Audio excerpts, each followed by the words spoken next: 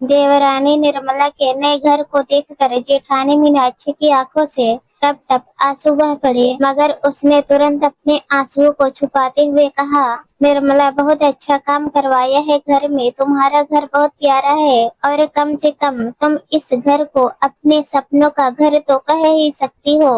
हाँ भाभी, इस घर को मैंने यही नाम दिया है, वरना ससुराल का नाम याद करते ही चिढ़ सी मच जाती है। वैसे भी भाभी, जिस घर में बार बार अपने आप को साबित करना पड़े और हर बार अपने आत्म सम्मान को कुचलना पड़े, वह अपना घर थोड़ी होता है, निर्मला बोली। निर्मला बहुत दिनों से मीनाक्षी को अपना नया घर देखने के लिए बुला रही थी। अंततः आज मीनाक्षी निर्मला का नया घर देखने आई थी। घर के मेन गेट पर देवर सागर और देवरानी निर्मला का नाम लिखा था। बाहर गेट पर भी बहुत अच्छा डेकोरेशन था। बेल बजाते ही निर्मला ने प्यार से जेठानी को गले से लगा लिया था और अंदर ले जाकर हॉल का 2 बेडरूम और बच्चों का कमरा दिखाया था। घर में बहुत अच्छा काम करवाया था। घर के पर्दा से लेकर छोटी छोटी चीज निर्मला की पसंद की थी। निर्मला के बेडरूम में फैमिली पिक लगी थी, जिसमें निर्मला, सागर और उसका बेटा साथ थे।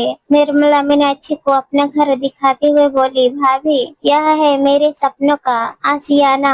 आंसुओं से डबडबाई मीनाक्षी की आंखों ने वाह का इशारा किया और कहने लगी, निर्मला, जब पति का साथ हो तो पत्नी अपना सपनों का आशियाना बना ही लेती है। निर्मला को एक गिफ्ट देकर मीनाक्षी अपने मायके वापस आ गई और नीचे बगीचे में बैठकर फुट फुट कर रोने लगी। मीनाक्षी अपनी 4 साल के बेटे के साथ करीब 2 साल से मायके में रह रही थी। आज मीनाक्षी के आंसू रुकने का नाम ही नहीं ले रहे थे और वह अतीत के गलियारों में खो गई। जब मीनाक्षी ने शादी करके पहली बार ससुराल में कदम रखा था, कितनी खुश थी वह। रोहन मीनाक्षी का पति घर का बड़ा बेटा था। वह अपने माता पिता का बहुत सम्मान किया करता था।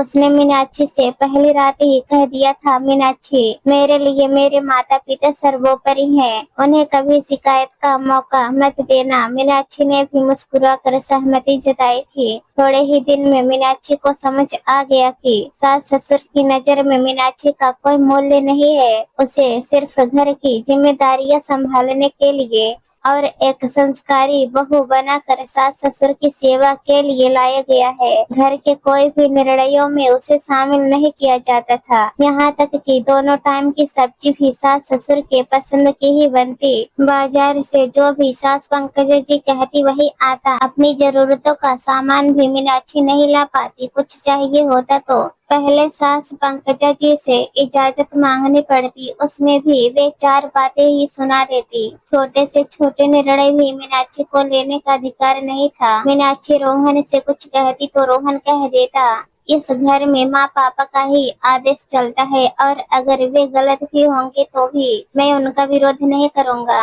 रोहन के माता पिता भी उससे कुछ ज्यादा ही मोह रखते थे, क्योंकि वह माता पिता के कहे अनुसार ही चलता। अपनी पत्नी को कभी अहमियत नहीं देता। पंकजा जी को अक्सर डर लगा रहता कि कहीं बहू उनसे बेटे को छीन न ले, इसलिए हमेशा बेटे बहू के बीच गलत फहमियों की दीवार पैदा करती रहती। रोहन मीनाक्षी पर जब झुंझुलाता या गुस्सा करता तो पंकजा जी को बहुत मजा आता। खैर, अब तो मीनाक्षी ने भी अपने नसीब से समझौता कर लिया था। जब पति ही पत्नी का साथ न दे तो बेचारी पत्नी कर ही क्या सकती है। करीबन 1 साल बाद देवर सागर की शादी निर्मला से हो गई और निर्मला के आने के बाद मीनाक्षी को एक सहेली मिल गई। सागर और निर्मला हनीमून पर जा रहे थे। सागर तैयार होकर बाहर निकला और पंकजा जी से बोला, माँ, निर्मला ने जींस और जैकेट पहना है, प्लीज उसे कुछ मत कहना, वैसे भी ट्रेन का सफर है और ठंड बहुत है।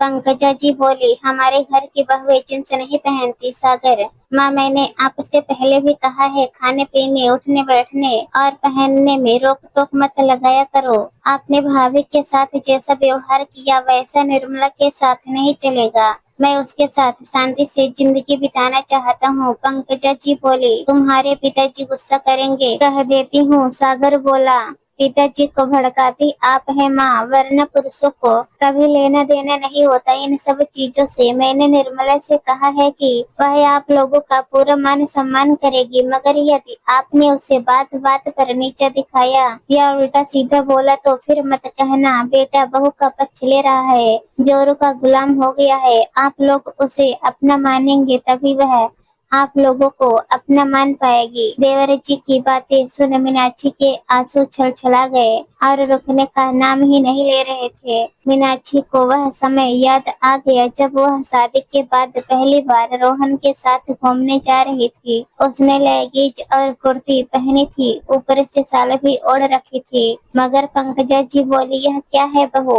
घूमने जाना है तो जाओ, मगर सिंपल सलवार सूट पहन कर जाओ, यह लेगिंग्स कुर्ता यह नहीं चलेगा। रोहन ने भी माँ का ही साथ दिया था और मीनाक्षी को सिंपल सूट पहनकर घूमने जाना पड़ा था। वह एक दिन था कि एक आज का दिन है। मीनाक्षी तब से अब तक झुकती ही आ रही थी। रोहन ने क्यों नहीं उस दिन मेरा साथ दिया, मैं भी तो उसकी पत्नी थी। आज यह हालत थे कि मीनाक्षी अपनी पसंद से टीवी चैनल की बटन तक चेंज नहीं कर सकती थी, क्योंकि रोहन ने भी हमेशा उसकी माँ का साथ दिया और मीनाक्षी के सम्मान की कोई परवाह नहीं की। मगर आज देवर जी ने इस घर में देवरानी का सम्मान तय कर दिया है। अब सीधे मुंह पर कोई निर्मला को ताने नहीं मारेगा और न ही किसी चीज की रोक टोक करेगा। एक ही घर के दो बेटों की सोच में कितना अंतर था। देवर जी भी अपने माता पिता का सम्मान करते थे, मगर उनमें सही को सही और गलत को गलत कहने की हिम्मत थी। आज इसी उधेड़बुन में मीनाक्षी का दिन गुजरा। निर्मला हनीमून से लौटकर बहुत खुश थी।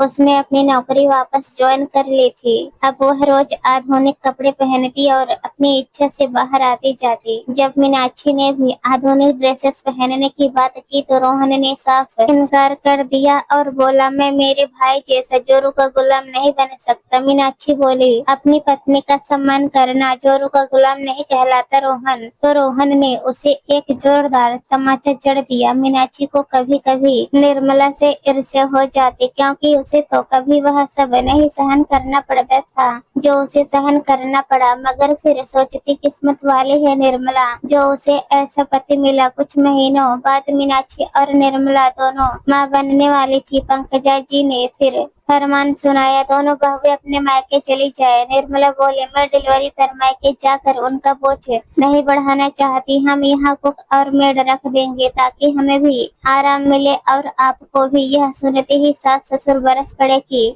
वे लोग मेड या कुक के हाथों का खाना नहीं खाएंगे। रोहन ने हमेशा की तरह माँ पिता का साथ दिया। मीनाक्षी के पास मायके जाने के अलावा कोई चारा न था। मीनाक्षी के जाते ही ससुराल की सारी जिम्मेदारी निर्मला पर आ गिरी। अब सास ससुर का सारा गुस्सा निर्मला पर बरसता। निर्मला उदास रहने लगी और वह भी मायके चली गई। यहाँ सागर ने एक कठोर निर्णय ले लिया था। निर्मला की डिलीवरी के बाद उसने एक किराए का मकान खोज लिया, जिसमें वह लोग अपने बेटे को लेकर हमेशा के लिए यह घर छोड़कर चले गए। मीनाक्षी डिलीवरी से वापस आई तो ससुराल उसे डरावना पिंजरा लगने लगा। निर्मला के बिना मीनाक्षी का कहीं मन नहीं लगता। एक निर्मला ही तो थी जिससे मीनाक्षी अपने दिल का बोझ हल्का कर लेती थी। मीनाक्षी का अब भी पहले जैसा ही हाल था। उसने यह घर छोड़ने का फैसला लिया कि शायद रोहन और उसके माता पिता सुधर जाए, पर रोहन ने साफ साफ कह दिया देखता हूँ तुम्हारे भाई भाभी तुम्हें कितने दिन रखते हैं।